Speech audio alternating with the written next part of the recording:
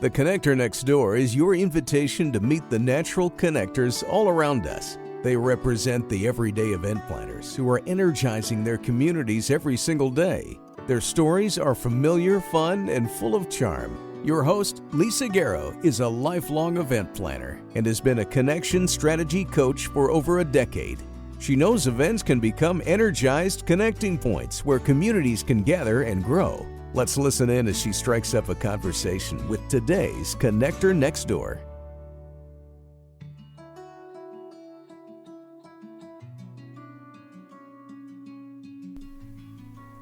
With 3 decades under her belt in the nonprofit sector, Joanne Toller has had the privilege of wearing many hats, primarily as a nonprofit coach.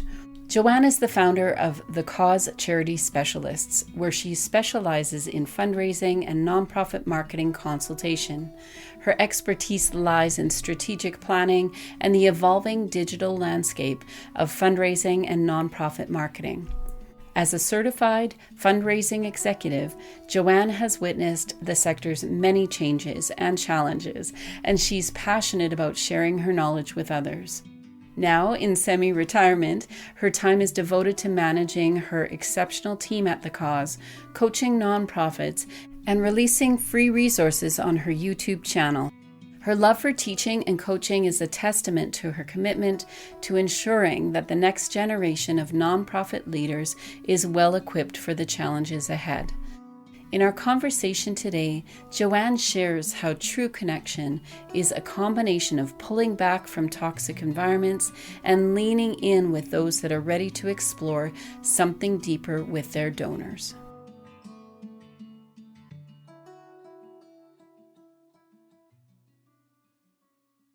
Welcome everyone back to the Connector Next Door and to another special conversation here at the beginning of season 3.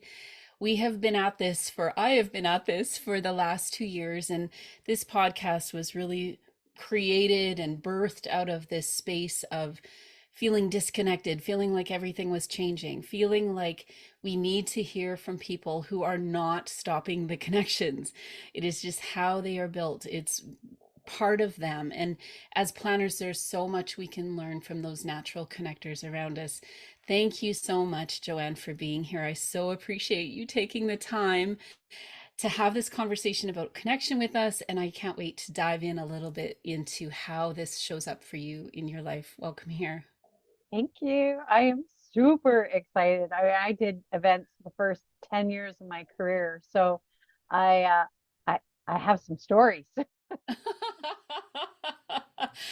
We've just come through Halloween here. This is going to come out a little bit later, but we just came through Halloween here, and somebody was posting all the scary stories from the events world, and I know we all have them. And I think the thing that keeps us going, you have lived this in events, is the connection. It's really about how are we connecting people and projects and ideas and keeping things moving. And that's, I think, it can be this beautiful, it can sound some of those scary stories or some of those things that we feel like, oh, I'm never going to do this again. And then we come back around to it because there's something so rich about bringing people together in meaningful ways.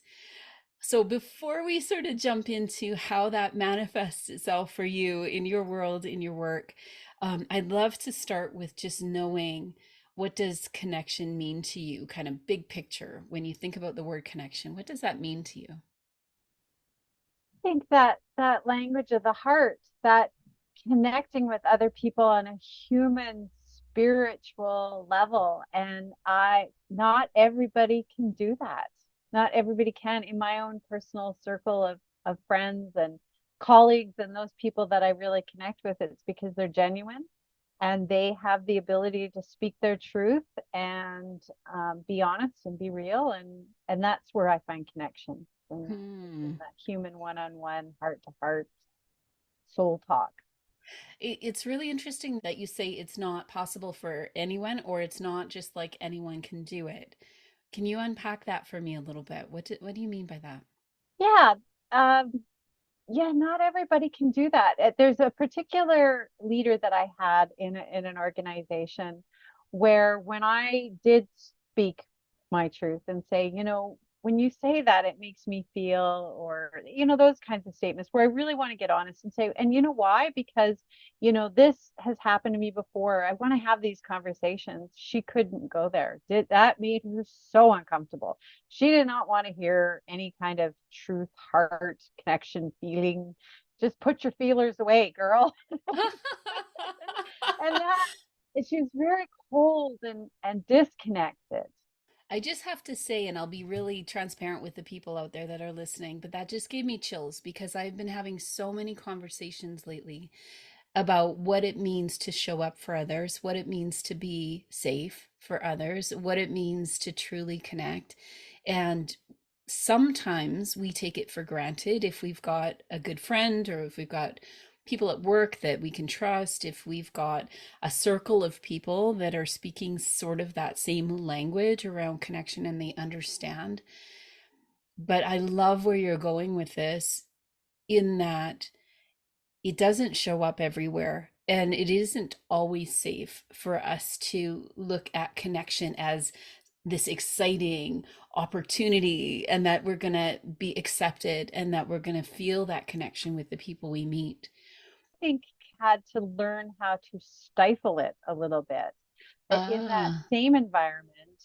And I've seen this for other people where they have a tendency to overshare or overconnect, and it's finding that balancing act. I've always had. I still have the same friends I had when I was a child. So I've wow. always had this ability when I'm in, I'm in, and I love good people. I think we really are a direct reflection of the people closest to us.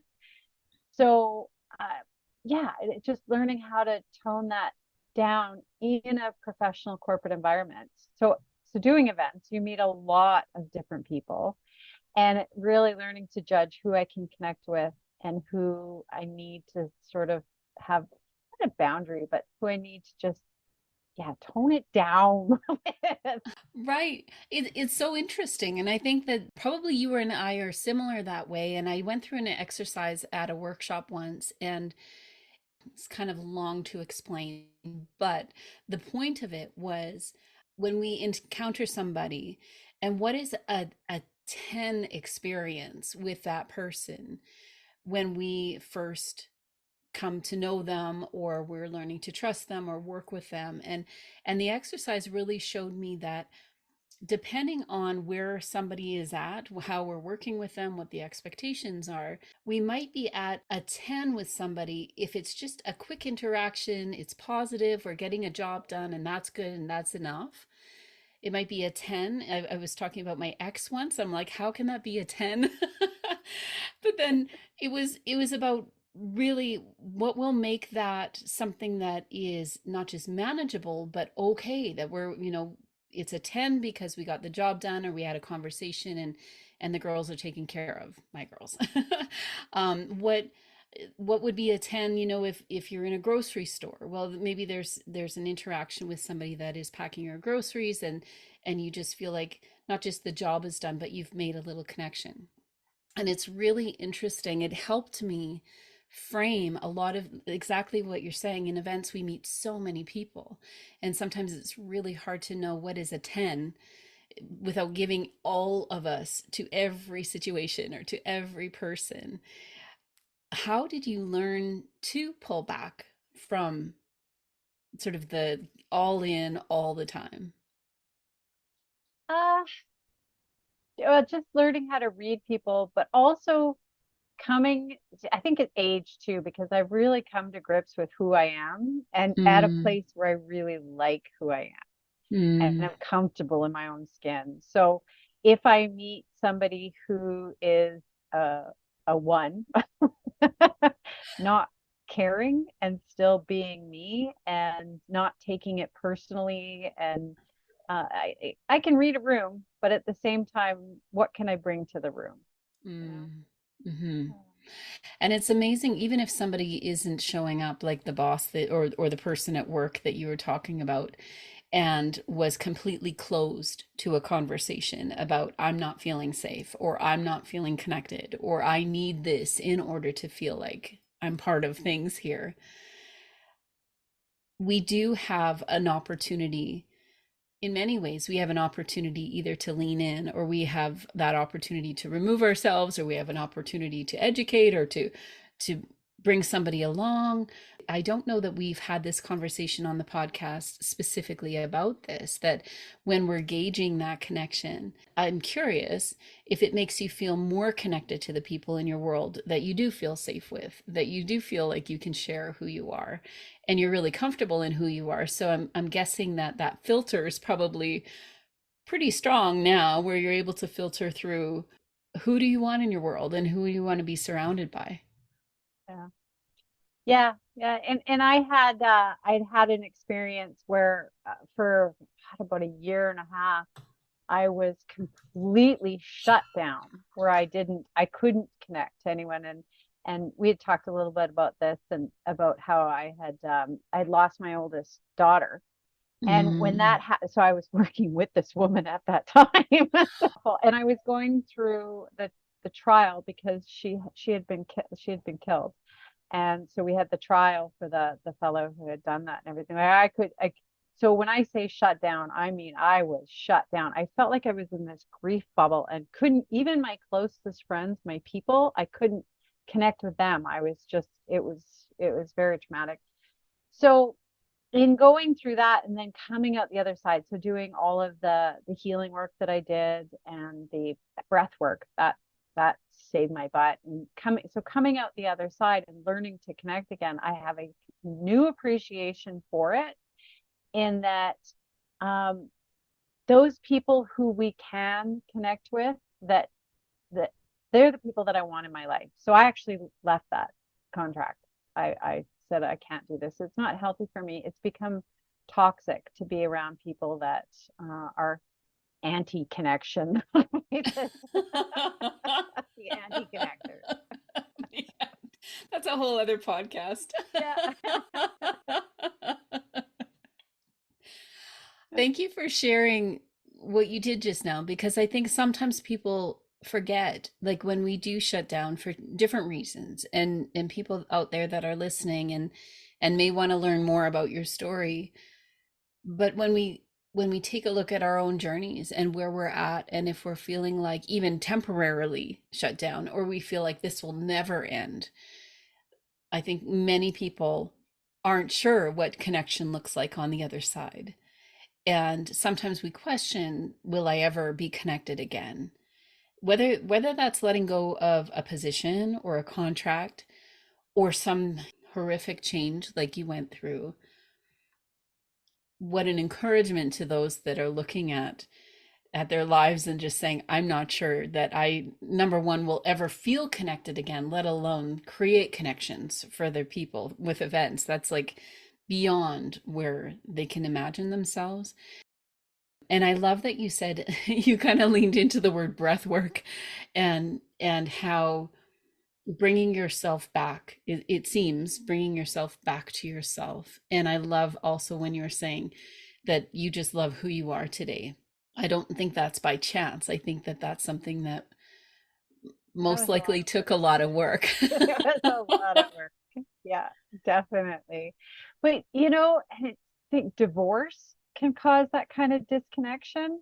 I was watching a woman go through that, where the love of her life, and he cheated and left her. Well, that's so disconnecting. Even with this manager that I was working with, to sit back and look at it from her perspective, and how awful that must be to not have those deep intimate relationships, and have those connections with other people who genuinely care about you and love you, like that's, and understanding why she is like that, what I've never walked in her shoes, so I don't know. So Mhm. it gave me a lot more compassion for her. And that's true. It's true on many levels. And I think I went through divorce myself, and my girls and my girls are adults now, and we often talk about what that was like to go through that time. We're very tight. We're great friends now, and we look back on that and we just think our world was blown apart, and it is work to say, what do we want back in our life? What are we trying to connect here? and who do we want to connect with so that we can rebuild and find our way. And them as adults now, where they're starting to do that for themselves, friendships end and things go south, or that job isn't what you thought it would be, and all these things. I think in our lives as we grow, it's a rebuilding, and it's not necessarily that I believe that it's all gone, like that we've completely disappeared. I believe that there's a fire, there's something within us that nobody can ever take away, that it's who we are, and there's always a point where we can rebuild from, but it's not always easy. It's not always, laid out for us in a perfect path. When you when you made a choice to get into the work, maybe you can share a little bit about the work that you're doing today, and where in your journey did you actually make that choice that this would be something that would be fulfilling, where you can be yourself, where you can share your expertise. The work, it seems like the work that you do is very much you. It's just something that you are living and breathing it, and it really lends itself well to connections in your world. It does. I love my job. I love what I do. And I get to connect with, well, you're a perfect example. We met on Instagram, and then, we're doing this. We got some stuff we're doing over on my side, and and Yeah. it's people all over North America that I'm meeting that are just beautiful people. Um, okay, well, I'm gonna be completely honest. So It's just you and that me. yeah, just us. Okay, so I don't know how this is gonna come off, but that manager, when I left, I was at my bottom. I can say that we were going through the trial. It was awful, and I was so pissed off that I took that pissed offness and said, "Forget it. I'm going to start consulting again." I mean, I was still a consultant with them, but I got to do this differently. I'm only going to work with people that I trust and that I like and that are decent.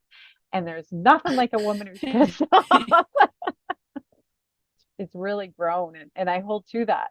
I do. If there's a client and there's a little inkling that maybe this isn't going to go so well, I won't take it on. No, no compromise. Love that. So could you tell us a little bit about the work that you're doing now and the types of clients that you love working with?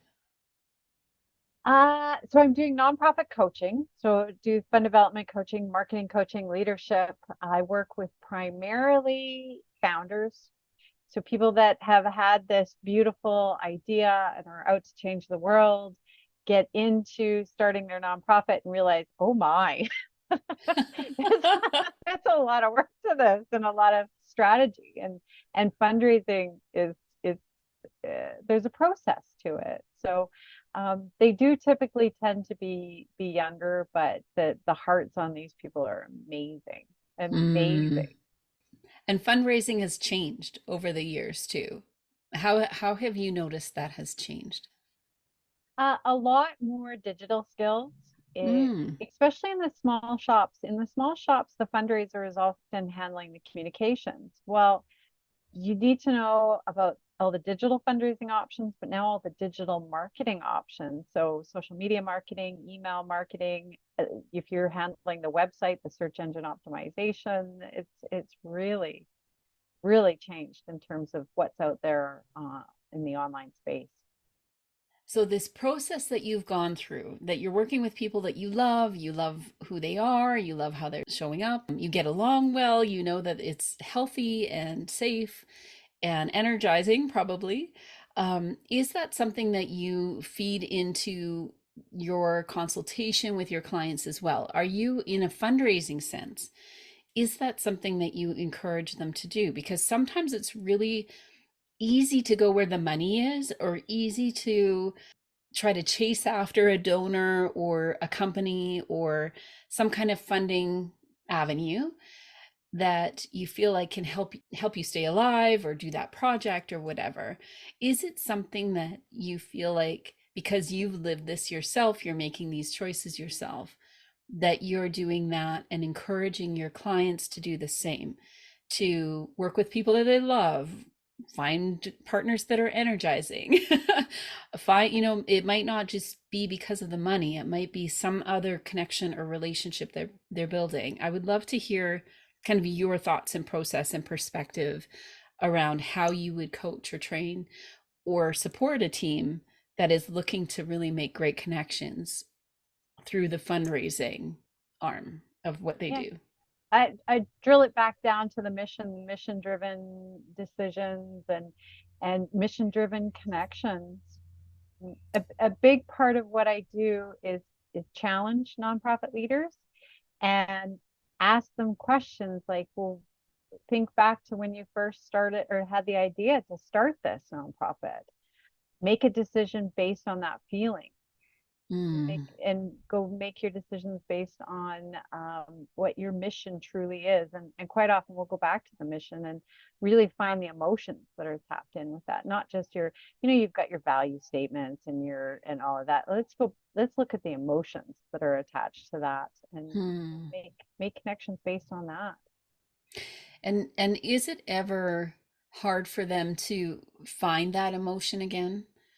And it's like any relationship, I'd think. Like when you start your business, you're in a certain space with a certain, dream. When they start to tap into that emotion, the original the point of why they're doing what they're doing, or their big why, or that purpose, what are you guiding them through to really feel that again? Depends on the person. um well, okay, between me and you, I'm very open about this, but I've been a long-term member of the recovery community for years. So I have a lot of that Ah. to draw, and I've worked for a lot of mental health organizations, and just by proxy, I've learned some really cool tricks and questions to ask to just keep going deeper into that why, asking them the why. And Mm. then when I get the answer, but why that? But why that? And go deeper and deeper and deeper. And then there's all of these other things like breath work. A lot of the clients that I work with have a real deep spirituality, which for me is one of the drivers in working with clients. Hmm. I love working with clients who have that, where we can stop in the middle of something and say, okay, let's just take a deep breath and Hmm. like bring it back to center or pray or whatever it is. How great is it to have somebody like you that can actually see that and see the bigger picture, see where we're going or where we want to go, and then offer us that space to get back to ourselves? It's something that I think as planners sometimes we forget. Sometimes we are in this space where we feel we have to fill the whole timeline and make sure everybody's got something to do at every moment. And I think sometimes when we think of events, especially fundraising events, um, my experience is that sometimes we're trying to wow them more than when they went to that fundraiser a month ago or 2 months ago, and or we're trying to kind of create something which is amazing. Some of the themes around fundraising events, some of those fun additional aspects that we're including. But I think sometimes we forget about bringing ourselves back to center, and I believe it's even possible corporately at events to do the same thing. With your event background, what kind of things might you be able to share with those that are listening today that might think that's great one on one, or it's great with a team, but how could you apply that to planning an event or something that is on a broader scale? You're trying to bring the community together. Some of those things that you're sharing, I think, would be so amazing, but how do you think we could do that as planners? If I could do it over, which I won't, but if I would start with the planning committee and just being a better leader and making space for people to you know be there and encourage them. And I would start with better leadership on my own part, Hmm. right down to say the day of the event, gathering the volunteers up and giving them a great pep talk about how they are the faces. So, pumping them up and making sure that they are in a really great headspace and they're connected and they're well supported. so that they can go out there and be that face. I mean, I've gone to events where the check-in registration lady is frazzled and she's snippy, and no, none of that. We want to just everyone take a deep breath. Maybe we could do a little quick little meditation or something. I mean, this isn't for everybody, but that's why I prefer to work with people who this is for. Mm-hmm. We can do a group meditate. Could you imagine that? A fundraising planning committee where you start with like a quick 5-minute meditation. It sounds a little like my world, and I think I've scared some people sometimes. Like, because we do what Sage Wellness is one of our partners, and we often invite them to come do a sage breath before we do a workshop or before we take on some kind of big project or something like that. And it's not meant to be any part of any spiritual or religious practice necessarily. But what I love about it is that it helps us to take a breath, literally, take a breath, slow down, hear yourself think. And we had our retreat in Banff a couple of weeks ago, and we were talking a lot about the power of the pause, and it was so cool to see the people that were part of this experience just embrace that and just say, sometimes when we feel like we're going too fast or we don't have that connection with our team on site, or we're feeling like we are a little bit scrambled, like we're coming into something but we've got 10 other things that we had to leave behind, and now we've got to be present in the moment. um I love when you say it is a leader's role to do that. And even if you feel like your leader isn't doing that, that might be something that maybe we can all do, is lead up and share something that would work for us. And what does bring calm? I actually just picked up a new book on creating a world of calm, and kind of week over week calm next year. So I'm going to be doing a bit of a series around that too. And I love, as planners, we have this opportunity to actually integrate it, put it in the schedule. Yeah. And we as planners we have the ability to bring in the vibe. We can, Yes. Yeah. turn on some pump up music for everybody, or, maybe instead of breath work, Wim Hof breathing. That seems more manly these days. Guys are all doing it. What is that? Wim Hof breathing. It's this guy who he does ice baths and all that kind of. I think he was a Navy SEAL or something. It's the breath work that the Navy SEALs would do before to just help them focus. And Oh, interesting. I'll have to look that up. yeah, check out Wim Hof breathing. What an encouragement. I think sometimes we forget that we all out there, or everyone that is listening to this, we all have that ability to say that we can lead, and how we lead and the types of connection that we're trying to create. It does have to start with us. There has to be that place where we're saying we are available to what's coming at us, but also that we can create that atmosphere where people can feel like they're engaged and ready to connect. When you're looking at your next year, what are you really excited to create connections around? My husband. Oh, I love We- that. I've been working very hard the last few years to sort of get things up and running now to a point where I can pull back a bit more. And Mm. we just got a new foster dog who needs, well, she's actually ours. We adopted her, but she needs a great deal of attention. She was horribly, horribly, horribly abused. This, Mm. yeah, she needs a lot of attention. And we're traveling. So connecting with him and really building that. We've always had great intimacy in terms of our connection. He he teases me all the time about how I brought out his feelers. Oh. He'll joke around, I'm speaking my truth. Like, enough with your truth. I should have never ever taught you that. So that's where my Oh, connection is going. Family oh, and my husband, beautiful. and uh, I love that. And honestly, for all of us, there's always something more to come. And I so appreciate that you've taken the time to chat with me today. This has been so much fun, and I'm looking forward to getting to know you even better and collaborating and finding ways that we can feed into each other's work and lives. And there's so much I think that planners will be able to take away from this conversation. So so interesting how you see connection and how we can learn from that. So thank you again for being here today. Lots of fun. Thank you. I think it's an important topic, and I love what you're doing. And it's such a pleasure to connect with you, my dear. It has Oh, been. Yeah. someday you'll roll that RV around to Calgary again and we'll go for coffee and Well, awesome. Well, have fun. Enjoy connecting with your husband and give your dog a little scratch behind the ears for me. The Connector Next Door podcast is produced by Candy Event Consulting, where everyday event planners and their teams gain clarity, get connected, and grow in confidence. Subscribe at www.candyconsulting.ca to hear visits with everyday event planners who are putting connections first.